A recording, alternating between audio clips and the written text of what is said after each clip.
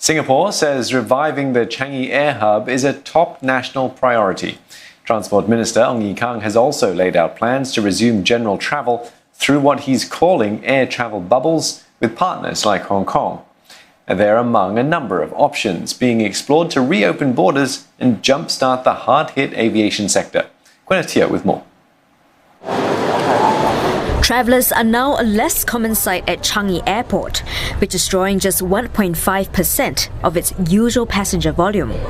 Transport Minister Ong Ye Kung said the pandemic has decimated air travel, and the longer Singapore's borders remain closed, the greater the risk of losing its status as an air hub. So the nation is planning to open up in a controlled and safe manner.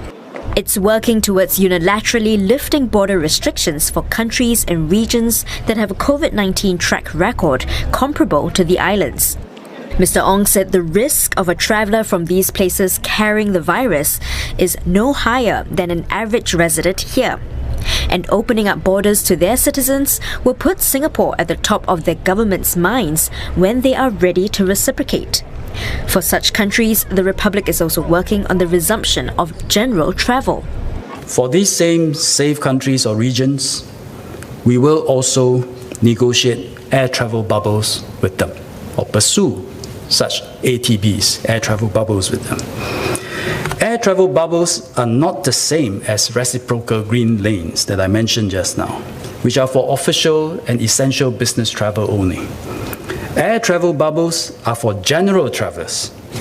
We can further manage risk by setting a quota on the number of travellers per day and ensure that everyone abides by COVID-19 test protocols. Currently, visitors from Brunei, New Zealand, Vietnam and most of Australia can already enter Singapore without having to serve a 14-day stay-home notice or SHN if they test negative for COVID-19. With the SHN regime a deterrent to most travellers, Singapore is considering replacing it, even for those from countries with higher infection rates. New rules could include segregating them from the community, tracking their movements in Singapore closely, and stringent and repeated testing.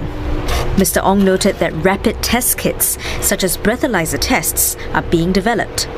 With high sensitivity tests, on a selective basis, we can open up our border and replace SHN with tests. Changi Airport has already set up a facility to swab up to 10,000 passengers a day as a start. And with some notice, it can ramp up the numbers quite readily. In the next few months, we plan to set up at Changi Airport a dedicated COVID-19 testing laboratory to support aviation recovery. Mr. Ong said such moves will benefit a wide range of travellers, from business to general visitors. The message we want to send to the world is this: Singapore has started to reopen its borders. In the near future, if you have the virus under control and infection rates are as low as Singapore's, you are welcome to visit us. But travellers will be subject to a COVID-19 test as a precaution.